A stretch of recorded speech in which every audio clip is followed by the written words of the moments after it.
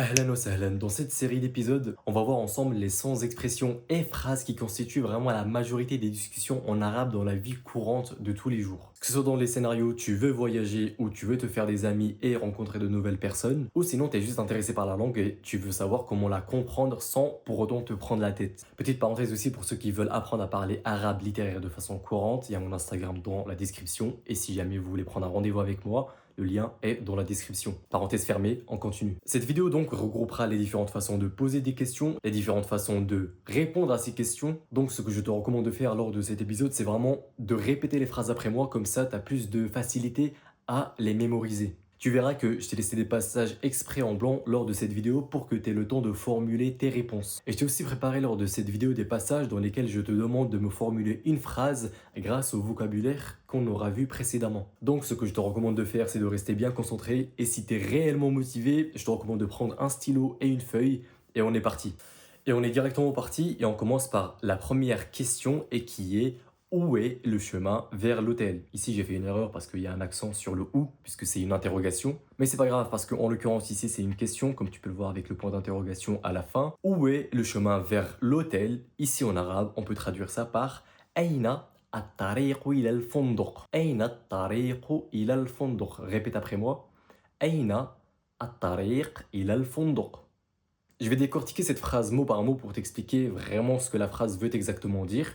Ici, Aina, c'est l'interrogation, c'est-à-dire c'est le où en français. Aina, c'est où. Atariqo, ila, c'est le chemin vers. Le chemin vers. Répète après moi.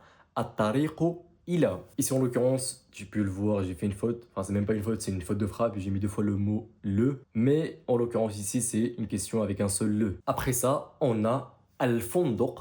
Al-Fondour, qui, quant à lui, veut dire l'hôtel. Où est le chemin vers l'hôtel? C'est, en arabe, Aina tariqu ila al-Fondour. Répète après moi. Aina tariqu ila al-Fondour.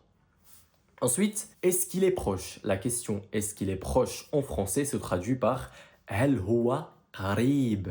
Hal huwa qarib. Répète après moi. Hal huwa qarib. Très bien. Ici, hal en arabe se traduit par est-ce que.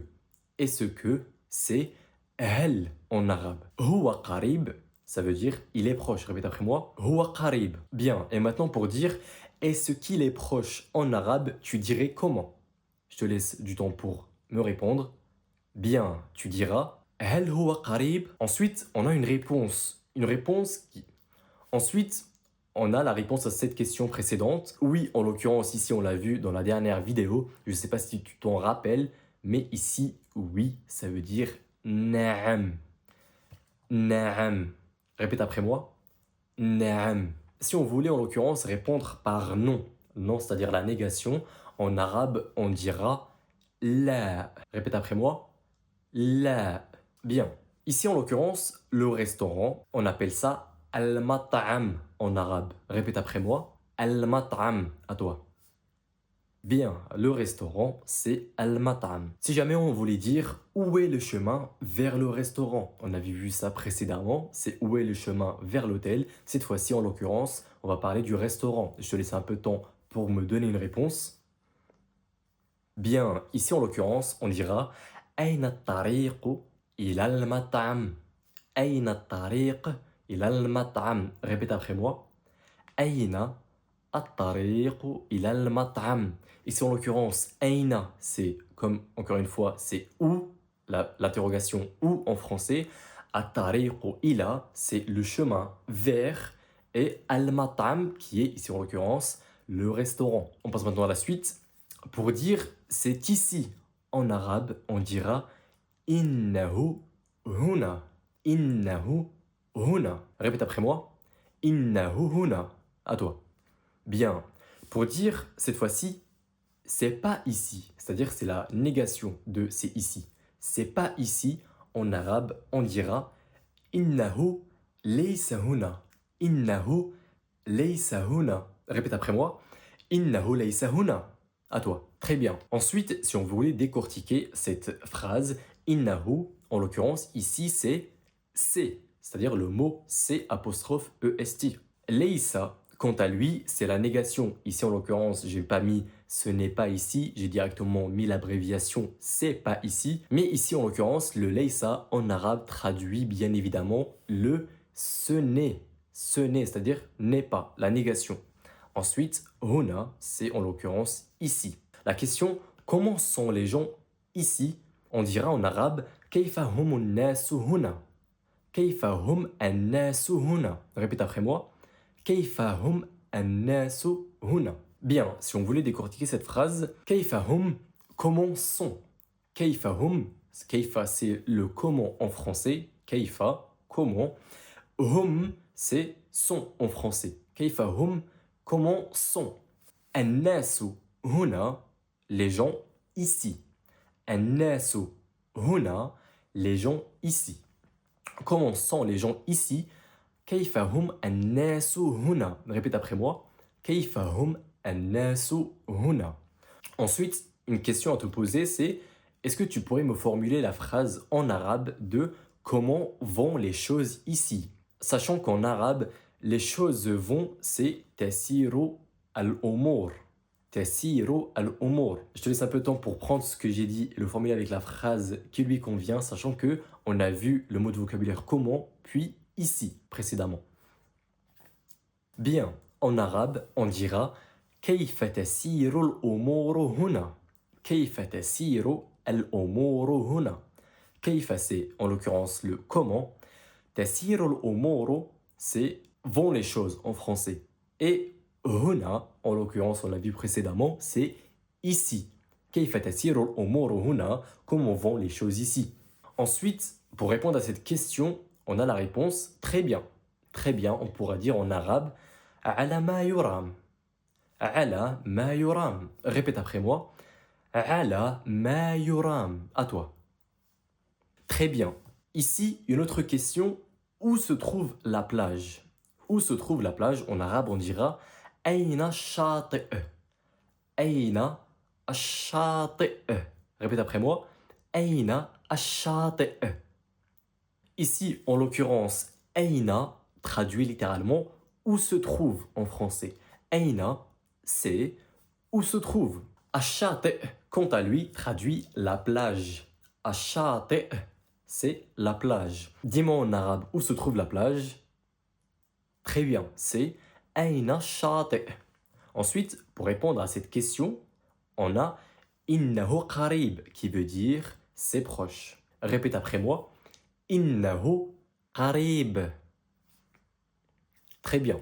Ici, en l'occurrence, innahu, c'est le C, C-E-S-T en français. Et qarib, quant à lui, signifie proche. Proche, qarib. Innahu qarib. Ensuite, une question. Pour dire c'est loin en arabe, on dirait comment? Sachant que le mot de vocabulaire loin ici, c'est ba'id en arabe. Ba'id. On a vu littéralement comment traduire le C juste précédemment.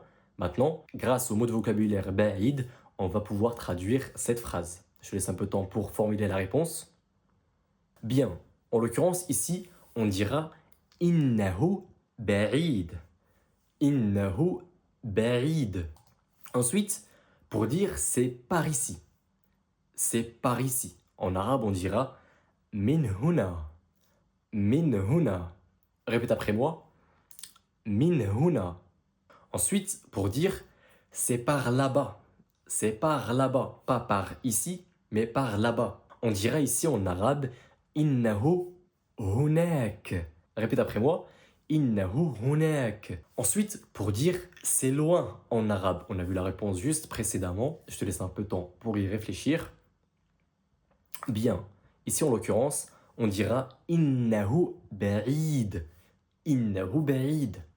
Après, on a la question est-ce que tu es d'ici? Est-ce que tu es d'ici en arabe traduit hal anta min huna? Hal anta min huna? Répète après moi. Hal anta min huna? À toi. Bien. Ici, hal anta traduit est-ce que tu? Est-ce que pour hal et anta, c'est le pronom tu. Ensuite, min huna traduit d'ici. D'ici, min huna. Est-ce que tu es d'ici?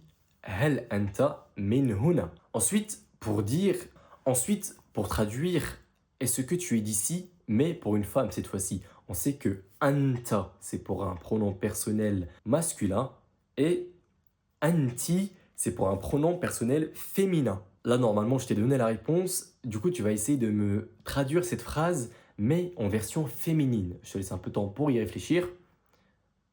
Très bien. Ici, en l'occurrence, on dira هل أنت من هنا. هل أنت من هنا. Ici, comme tu peux le voir, ce qui a changé, c'est la voyelle qui est cette fois-ci en dessous du ta ici et non pas au-dessus, parce que au-dessus, c'est anta, pronom masculin, tandis que anti, c'est le pronom féminin.